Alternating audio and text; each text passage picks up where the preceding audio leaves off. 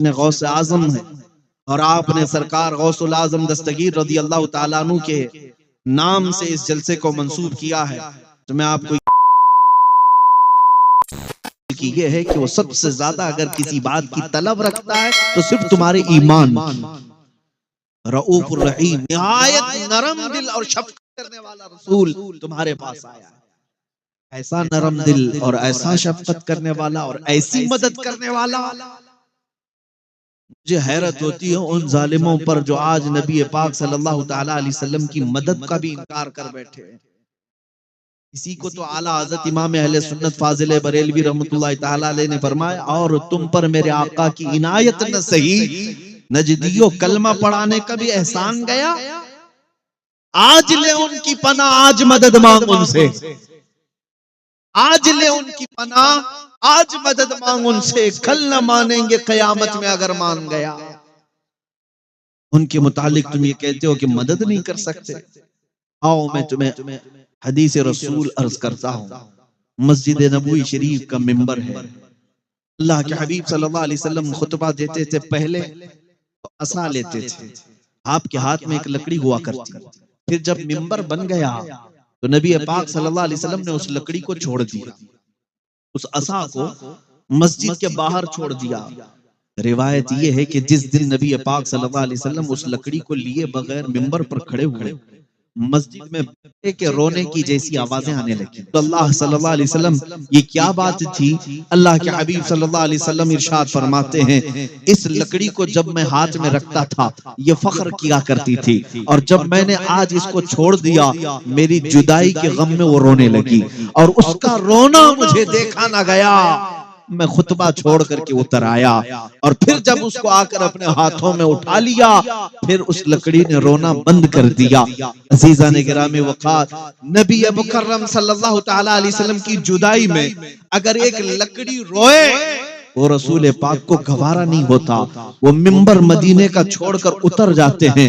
तुम उम्मती हो, तुम मुस्तफा करीम सल्लल्लाहु अलैहि वसल्लम की जुदाई में अगर रो तो क्या ये बात मुमकिन नहीं है कि वो नबी मुकर्रम सल्लल्लाहु अलैहि वसल्लम उसी तरह आज भी हमारे घर तशरीफ ला सकते हैं, जिस तरह शरफुद्दीन बूसीरी ने अपने हुजरे में लकवा और फालिज की बीमारी में पुकारा था, अमीन तदक्कुरी जीरानी बिदी सलमी मज़ज्त दमअन जरा मिन मुक़लतिन बिदमी अम हब्बतिर रिउ मिन तिलक़ाई काज़िमतिन व औमदल बरक़ु फ़ी ज़लमाइ मिन इज़मी फमा लि ऐनैका इन क़ुल्त तफ़्फ़ा हमदा व मा लि क़ल्बिका इन क़ुल्त तस्तफ़िक़ यहिमी अयहसबु सफ़्फ़ु अन्नल हुब्ब मुनकतिमुन। इतना वो अता करने में सखी है जिसको शायर ने कहा था, इतना दिया सरकार ने मुझको जितनी मेरी औकात नहीं।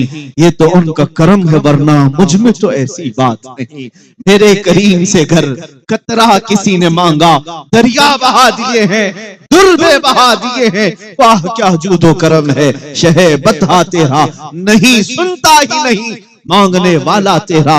उस रसूल करीम सल्लल्लाहु ताला अलैहि वसल्लम को कुरान ने जब मददगार कहा है, हर आशिक रसूल उन्हें आज भी मददगार समझता है। मैं एक वाकया पढ़ता हूँ, मेरे दिल में बड़ी तसल्ली होती है और सीना मजबूत हो जाता है।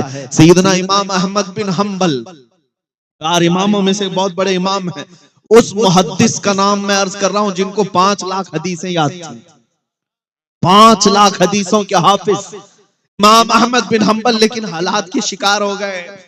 वक्त के जालिमों ने उनके साथ बहुत बुरा बर्ताव किया है। इमाम अहमद बिन हम्बल को वक्त के खलीफा ने गिरफ्तार करके नंगी पीठ पर कोड़े मारे थे, एक हक फतवा देने की वजह से, शरीयत ताहिरा का ऐलान करने की वजह से। हर जमाने में आजमाइशें होती रही हैं, सतीजा कार रहा है अजल से ता इमरोज, शरारे बुलहबी से चरागे मुस्तफा भी, हमेशा ये रहा है। जालिमों ने अपने कुव्वत को आजमाया है, ताकत को आजमाया है। क्या मैं बेसतर हो जाऊंगा आज? अल्लाह के रसूल सल्लल्लाहु ताला अलैहि वसल्लम की अहादीस की खिदमत करने वाला एक इमाम अपनी तहबंद खसक रही थी तो रो रहा था। मुझे हैरत होती वो नौजवान क़यामत के दिन क्या जवाब देंगे जो आज बगैर किसी के सख्तियों के अपने कपड़े फाड़ फाड़ कर पहनते, अपने सतर दिखा दिखा करके घूमते हैं। वो क्या जवाब देंगे बारगाह इलाही? तुम्हें आज किसी ने सख्ती की है?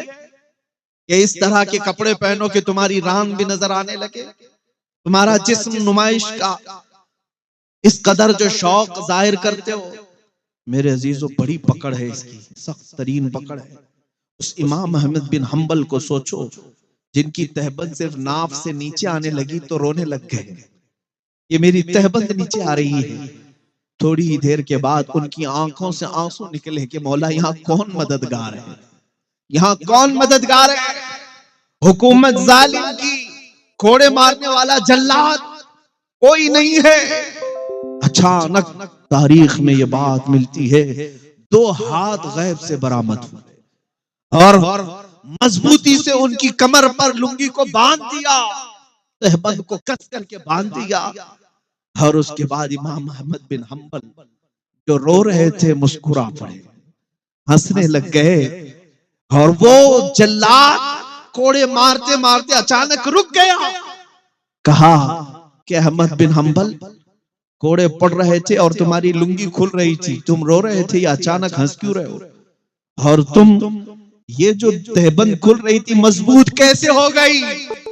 मेरे अजीजों, शायद उन्होंने अपनी जुबान हाल से यही कहा होगा जो इमाम अहले सुन्नत ने कहा था, उनके निसार कोई कैसे ही रंज में हो, जब याद आ गए हैं सब गम भुला दिए।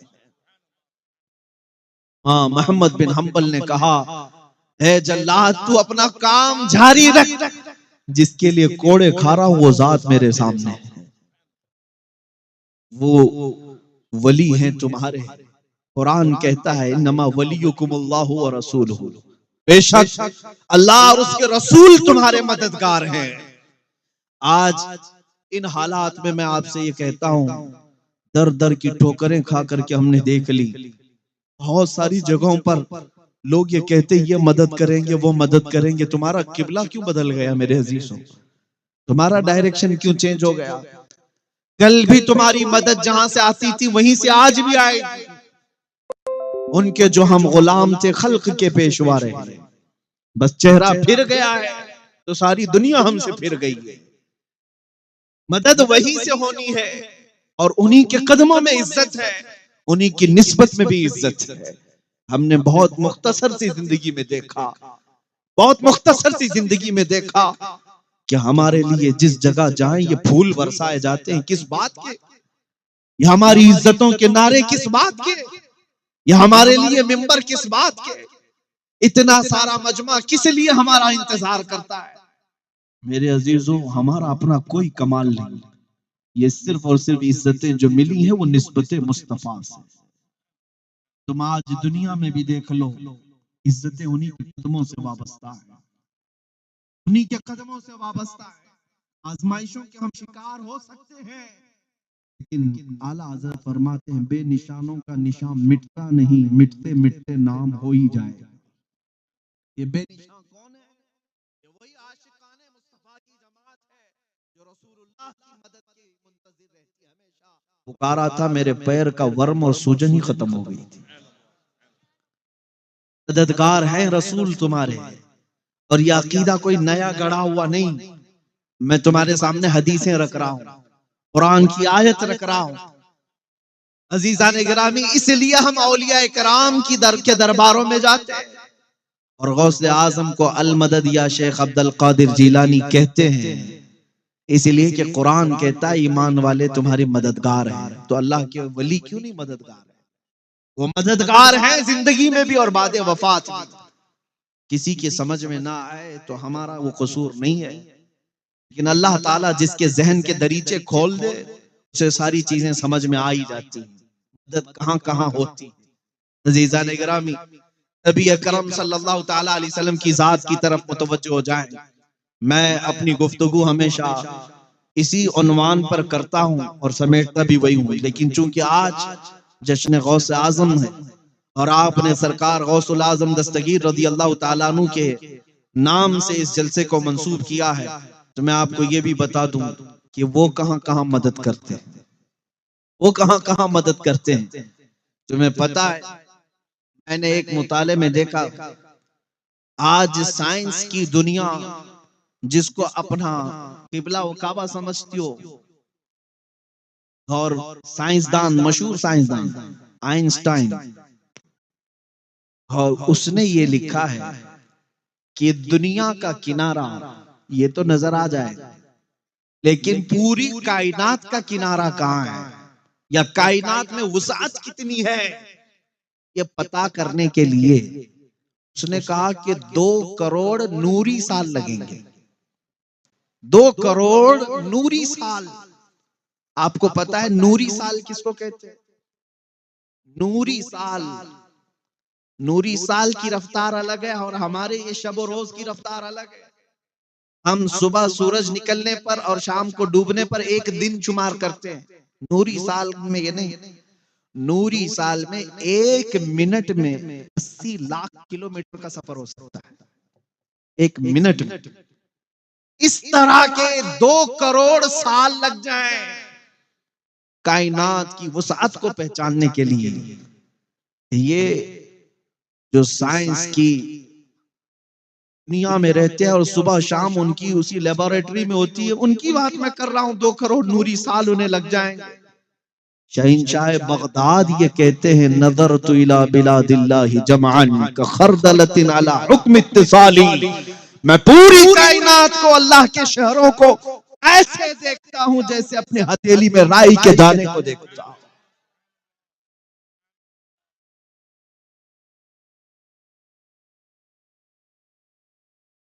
दुनिया पढ़ो, मैं मना नहीं करता। तुम हमेशा साइंस को लेकर के अगर करामात से कंपेयर करना चाहो तो बहुत पीछे रह जाओगे।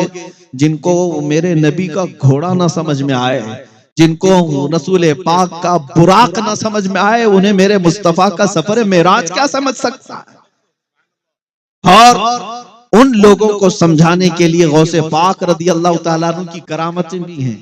एक रिवायत हमने ये पढ़ी भी है, एक शख्स मजमे में बैठा था गौसे पाक रदी अल्लाह तआला अन्हु के, और जब आप मेराज का वाकया बयान कर रहे थे उसके दिल में ये खलिश पैदा हुई, ऐसा कैसे हो सकता है रसूल इतनी जल्दी जाएंगे और आ जाएंगे। और अचानक उसके पेट में मरोड़ शुरू हो गई। और वो जो है 2 वाकयात हैं अलग अलग। उसके पेट में ऐसी मरोड़ शुरू हो गई कि उसे बहुत तेज हाजत, बहुत तेज क़ज़ाए हाजत की अशद जरूरत पेश आने लगी। तो फिर अचानक उसकी आंखें बंद हुई। तो फिर वो खोल करके आंखें देखता है, वो किसी जंगल में, वो किसी जंगल में। जल्दी से उसने देखा यहाँ पानी भी बह रहा है। अपने कपड़े उतारे और अपनी हाजत पूरी किया और वहां से अपनी सफाई भी कर लिया। और वहां पर चाबियों का या कुछ गच्छा उसने दरख्त पर लटका रखा था। फिर वापस उसने अपने कपड़े पहन लिए और उसके बाद फिर जैसे ही उसने अपनी हाजत पूरी की, कपड़े पहने, आंखें खोला तो देखा वो उसी मस्जिद में बैठा है जहां गौसे पाक बयान कर रहे थे। अब हाजत कुछ नहीं लगी, पेट में भी कोई चीज नहीं थी। और उसके बाद उसने सोचा मेरा वहम था या मेरे से कुछ ऐसी चीज हो गई है जो ऊँघ आने पर मैंने कोई ख्वाब देखा हो। नहीं, ख्वाब नहीं था ना वहम था। महफिल के बाद वो उठ करके गया। फिर उसे अंदाजा हुआ मैं तो अपनी चाबियों का गच्छा वहीं भूल आया था जहां अपनी इस्तिंजा करके आया। उसे वो जगह पता थी। ढूंढते हुए गया तो बहुत दूर था, वो इलाका बहुत दूर था। चलते चलते थक गया, शाम हो गई। उस इलाके में जाकर पहुंचा तो देखा वहां पानी भी बह रहा है, इलाका वही और दरख्तों पर इसकी चाबियों का गच्छा अभी भी लटका हुआ। पता ये चला मेरे अजीजों, 400 साल के बाद मेरे मुस्तफा करीम सल्लल्लाहु अलैहि वसल्लम की नस्ल पाक में आने वाला शेख अब्दुल कादिर जीलानी, वो हसनी और हुसैनी सादात में से, अगर वो अपनी मस्जिद में खिताब के दौरान बैठे बैठे किसी को अपनी मजलिस से दूर का सफर भी कराएं, उसकी हाजत भी पूरी कराएं और फिर उसे महफिल में ला सकें, ये तो 400। इन्नल्लाह ज़वालियल अर्द व अरा मा बैनल मशारिक़ि वल मगारिबि का कफ़ै। हुज़ूर पाक सल्लल्लाहु तआला अलैहि वसल्लम फरमाते हैं कि मैं, अल्लाह ताला ने मुझे पूरी रुए जमीन को घेर करके दे दिया। मैं मशरिक और मगरिब के पूरे दोनों के दरमियान ऐसे देखता हूं जैसे हथेली को देखता हूं। अरे अजीजों, वो मददगार हैं, तभी अल्लाह ने उनके सामने ये सब चीजें समेट कर रखी हैं। अब मैं आपको बताता हूँ, शेख अब्दुल कादिर जिलानी गौसे आजम बगदादी रदी अल्लाह ताला अन्हु, ये मददगार नहीं होते तो बहजतुल असरार की ये मुतवातिर रिवायतें नहीं आती। एक बात मैं आज आपके सामने रख करके जाता हूँ, अल फज़लु लिमा शहीद बिहिल आदा, फजीलत तो उसकी जिसकी दुश्मन भी गवाही देते हो, दुश्मन भी गवाही देते हो। मैं आपको बताऊं, जिस जमात को करामतों का बहुत ज्यादा इनकार, वो कहते हैं ये कहानियां हैं, वो कहते हैं ये सब मनगढ़ंत किस्से हैं।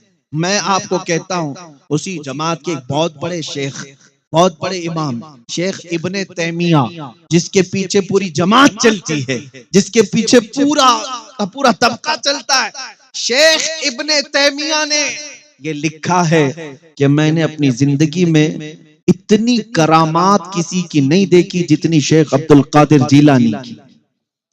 ये कौन कह रहे हैं? शेख इब्ने तैमिया की बात मैं कह रहा हूं। अजीजाने गिरामी, वो इब्ने तैमिया जब ये कह रहे हैं कि सरकार गौसे पाक शेख अब्दुल कादिर जिलानी के तसर्रुफात सबसे ज्यादा सुनने को मिले, तवातुर की हद से, जिनका इनकार करना मुश्किल है। अब आओ मैं आपको बताता हूं, मुरीदीन ने तो मदद पाया ही, और भी दूसरे लोग भी मदद पाते रहे।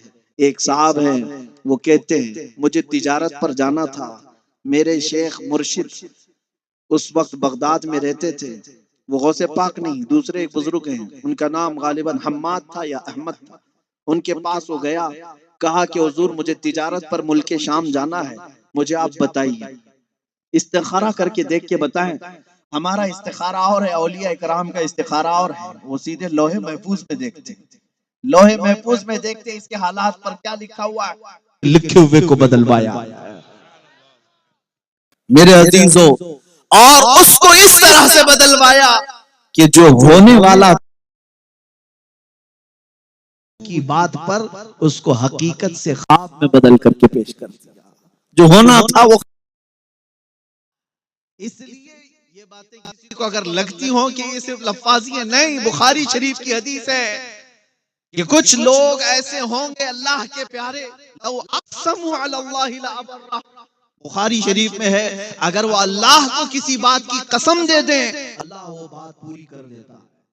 ये कौन लोग हैं जो अपना सब कुछ अल्लाह के लिए फना कर देते? मेरे अजीजों, हमारे और तुम्हारे चाहने से अगर कुछ नहीं होता तो अपने अक्लों पर कयास मत करो कि हम भी बहुत दुआ करते हैं, हमारे से तो कुछ चलता नहीं।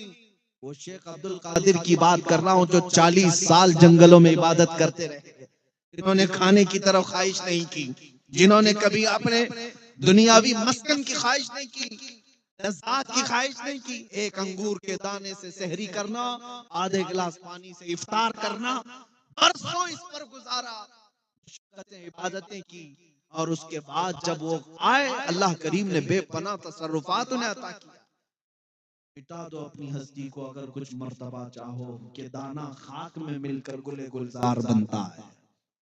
औलिया इकराम अपनी हस्तियां अल्लाह करीम की याद में फना करते हैं, फिर अल्लाह उन्हें मददगार बनाता है। फिर इतना ही नहीं कि वो अपनी जिंदगी में मदद करते हैं, बल्कि बातें वफात भी मदद किया करते हैं। अल्लाह ताला उनके तसर्रुफात को कायम रखता है। बाओ मेरे अजीजों, जब ये मेरी गुफ्तगू का खुलासा तुमने सुन लिया है, तो अब मैं अपने गुफ्तगू के इख्तिताम पर आता हूँ। आज के हालात में मैं आपसे ये पूछना चाहता हूँ, मुझे बताओ, क्या ये नारा बिल्कुल सही नहीं है? क्या ये नारा बिल्कुल सही नहीं है जो हमारे बुजुर्गों ने हमें दिया था? किसी की जय विजय क्यों पुकारे, क्या गरज हमको? किसी की जय विजय क्यों पुकारे, क्या गरज हमको? हमें काफी है सैयद अपना नारा या रसूल अल्लाह, हमें काफी है सैयद अपना नारा या रसूल अल्लाह। हम रसूलुल्लाह के जन्नत रसूलुल्लाह की, और जो भौंकते हैं उन से भी मैं कहता हूं तुम्हें मेरे रसूल समझ में नहीं आएंगे। देखनी है हश्र में इज्जत रसूलुल्लाह की। और अजीजान गिरामी, मैं आपसे मुखातिब हूं, मेरे नौजवानों से, कौम के गयूर अफराद से, कि तुम्हें दुनिया ने किस तरह के माहौल में जकड़ दिया है, तुम सुबह और शाम किस तरह की गुजार रहे हो। आज तुम्हारे चेहरों से वो सारा गाजा क्यों छिन गया है, तुम्हारे चेहरों की लाली क्यों खत्म हो गई, जिसको देख करके दुनिया हैबत ज़दा रहती थी। किसी और बात से नहीं डरती दुनिया तुमसे। कान खोल करके सुन लो, ताकतें जमा करना है जमा कर लो, तुम फौज जमा करना है जमा कर लो। मैं ये खुल करके कहता हूँ, चाहे कितनी भी तंजीमें हो, चाहे कितनी भी तुम ताकत प्रदर्शन कर लो, शक्ति प्रदर्शन कर लो, मेरा ये मानना है ताकत और कुव्वत से तुम दुनिया को नहीं डरा सकते। दुनिया खौफजदा हर जमाने में रही है तो इश्क मुस्तफा से खौफजदा रही है। इसी को अंग्रेज ने कहा था, ये फाका कश मौत से डरता नहीं जरा, रूह मोहम्मदी इसके बदन से निकाल दो। दुनिया आज भी इसी के दर पे है। इनके पास जो आखिरी ताकत आज बची है वो मुस्तफा करीम की मोहब्बत है, इश्क मुस्तफा की दौलत है, उनकी निस्बत है। आखिरी दौलत इनके पास बची है, ये खत्म कर दिया जाए तो ये जिंदा लाशें हैं, ये जिंदा लाशें हैं, कुछ नहीं कर सकेंगे। इसलिए मैं इस पर फोकस करता हूँ हर बार मैं इस बात की तरफ तवज्जो दिलाता हूँ मेरे अजीज बच्चों को, नौजवानों को। कुछ अभी बिगड़ा नहीं है, कुछ अभी बहुत देर नहीं हुई है, सवेरा है, अंधेरा इतना नहीं हुआ है जितना के लोग हमें कहते हैं। मैं तुम्हें एक बात बता दूं, जो लोग ये रोना रो रहे हैं कि हम बिछड़ गए, ठीक है, उन्होंने हमारे जाहिरी हालात देखे। हाँ, मैं मानता हूं कि नशा बहुत बढ़ गया हम में, और अनएजुकेटेड लोग बहुत ज्यादा हो गए, जिहालत हमारे यहाँ बढ़ गई है, बेहयाइयां बढ़ गई हैं, झगड़े फसादात बढ़ गए हैं, गुंडागर्दियां बढ़ गई हैं, बहुत सारी बुराइयां आ गई। ये ठीक है, मैं मानता हूं हमारे मोहल्ले बिखरे हुए हैं, इख्तिलाफात में हैं, और उसके अलावा ये भी मैं मानता हूं ताकत और कुव्वत में कुछ भी नहीं है, जीरो है। यहाँ तक कि इनका कोई नुमाइंदा नहीं है, और आगे सियासत में भी नहीं, क़यादत में भी नहीं, हुकूमत में भी नहीं। हमारी बात रखने वाले इल्ला माशाअल्लाह दो चंद के अलावा कोई नहीं। फिर ये सब चीजें होने के बाद कभी तुमने सोचा, गौर से कभी तुमने सोचा, इतनी कमजोर कौम ही है अगर ये, इतनी कमजोर कौम ही है अगर ये, तो 24 घंटे ये मीडिया चैनलों में बहस का मुद्दा क्यों बनी रहती है? अगर ये सबसे बिछड़ी है, सबसे कमजोरी है, कुछ नहीं है इसके पास, तो सारा दज्जाली निजाम हमारे पीछे क्यों पड़ा हुआ? और जिनकी रोटियां चलती नहीं हमारा नाम लिए बगैर, हाँ आपको मालूम होगा, बिजनेस नहीं चलता तुम्हारा नाम लिए बगैर, क्यों ऐसा है? कभी सोचा इस बारे में? मियाँ, जो बिछड़ी हुई कौम है, जिसके पास एजुकेशन नहीं, हुकूमत नहीं, ताकत नहीं, तंजीम नहीं, सियासत नहीं, कुछ नहीं, इस पर तुम इतने क्यों मुद्दे बनाते हो? सारा का सारा टारगेट तुम्हारे ऊपर क्यों है? कोई चैनल उस वक्त तक ज्यादा चलता नहीं तक वो तुम्हारी टोपी, दाढ़ी, तुम्हारी अजान, बुरके, तुम्हारी मस्जिद के मीनार और गुंबद और कब्रों के बारे में जब तक बात न करे नहीं चलता। क्यों? ये सारी चीजों की तरफ कभी तुम सोचते हो? सब खत्म हो गया है तो क्यों तुम हमारी बहस कर रहे हो? मैं भी यही सोचता हूँ, सब हमारे पास नहीं है तो हमारे मुतालिक क्यों इतने बहस करते हो? और पूरी दुनिया को ये कहते हो इनसे डर लगता है, क्यों? दूसरी कौमों को हमारा नाम लेकर के क्यों डराते हो? फिर बात समझ में आती है। इकबाल ने कहा था, कुछ बात तो है कि मिटती नहीं हस्ती हमारी, कुछ बात तो है कि मिटती नहीं हस्ती हमारी, सदियों रहा है दौरे दुश्मन दौरे जमा हमारा। वो कौन सी चीज है जिसको इकबाल कहता है तौहीद की अमानत सीनों में है हमारे, इश्क़े रसूल की अमानत सीनों में है हमारे, आसान नहीं मिटाना नामो निशा हमारा, बातिल से डरने वाले है आसमां नहीं है हम, 100 बार कर चुका है तो इम्तिहान हमारा। आज मैं तुम्हारी अपनी हैसियत और तुम्हारी वैल्यू बताना चाहता हूँ। देर नहीं हुई, बहुत अंधेरा नहीं हुआ, कुछ चीज तो बाकी है तुम्हारे पास, इसकी वजह से तुम बहस का मुद्दा बने हुए हो। वो कौन सी चीज है? वो शायद तुम्हें अंदाजा नहीं लेकिन पूरी दुनिया जानती है। मैं उसकी प्रैक्टिकल मिसाल बताता हूँ। प्रैक्टिकल मैं अक्सर कहता हूं तो कुछ लोगों को डर लगता है, लेकिन मैं खुल करके बात कहता हूं। मैंने अभी अभी करीब में देखा, यूरोप की सरजमीन भी थरथराती थी एक व्हील चेयर पर बैठे हुए माजूर आलिम दीन से। उसका काम क्या था? बहुत दूर जिसको तुम भिड़ी हुई कौम कहते हो, उसी के चंद लोगों के दरमियान पैरों से माजूर आलिम दी अगर लब्बैक कहकर पुकारता, तुम्हारे चूल्हे हिलने लग जाते थे। इसलिए कि पता चला ताकत और कुव्वत इस कुर्सी का नाम नहीं, ताकत और कुव्वत तख्त और ताज का नाम नहीं, ताकत और कुव्वत इश्क मुस्तफा का नाम है। ये अगर माजूर के सीने में भी आ जाए तो दुनिया उससे हैबत ज़दा होती है, उसके रौब से थरथराती है। और ये चीज तुम्हें अल्लाह ने अता की है, तुम आशिकाने मुस्तफा की जमात हो। जमा करो इस दौलत को वापस, करो इस दौलत को वापस। वो रसूल ही हमारे सब कुछ है, वही हमारे लिए कल भी मददगार थे, आज भी मददगार हैं।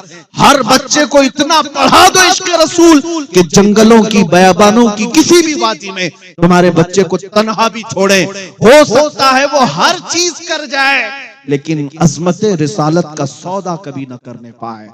ना अपने बच्चों को जरूर बना देना कि बेटा हर चीज का समझौता हो सकता है, मुस्तफा करीम सल्लल्लाहु ताला अलैहि वसल्लम की इज्जत और उनकी नामूस का कोई सौदा नहीं हो सकता। ऐ या रसूल अल्लाह, ऐ या रसूल अल्लाह, ऐ या रसूल अल्लाह। आप बैठे, आप बैठे मेरे अजीजों, ममरा की सरजमीन पर। हो सकता है ये तमाम चीजें हैं तुम्हारी आजमाइश के लिए। मैंने झारखंड और बिहार की सरजमीन पर देखा, खिताब के दौरान अल्लाह उन जवानों को सलामत रखे, इतनी तेज बारिश शुरू हो गई थी कि लोगों का खड़ा होना मुश्किल था, मगर बात मेरे मुस्तफा की थी तो सब वहां जमे के जमे रह गए। यहां तक के सच बताऊं, मैंने सिर्फ नबी पाक सल्लल्लाहु अलैहि वसल्लम का नाम लिया और मुझे आज तक इस बात का अंदाजा नहीं हो पाता कि मेरे हाथ में जो माइक था कंटिन्यू उस पर करंट आ रहा था, उसके बावजूद 10 मिनट तक मैं उसको पकड़े कैसा खड़ा रहा। या रसूल अल्लाह, अगर तुम्हारी इनायत ना होती तो हम कुछ भी ना होते। ये सब तुम्हारा करम है आका, के बात अब तक बनी हुई है। ये धमाके, ये आंधियां तुम्हें ऊंचा उड़ाने के लिए आती हैं, ये तुम्हारे प्रैक्टिस के लिए हुआ करते हैं, ये सब तुम्हें रिहर्सल के लिए हुआ करते हैं कि तुम अभी इन आवाजों से न घबराओ, न डरो। इसलिए कि हमारे असलाफ ने हमें क्या दर्स दिया है पता है? टल न सकते थे जंग में अगर अड़ जाते थे, पांव शेरों के मैदान से उखड़ जाते थे, तुझसे सरकश हुआ कोई तो बिगड़ जाते थे।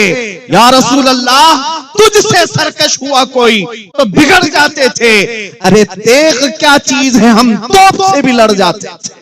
और फिर जमाने को ये बताऊंगा, ये कह करके बताऊंगा, कुव्वते इश्क से हर पस्त को बाला कर दो, दहर में नामे मोहम्मद से उजाला कर दो।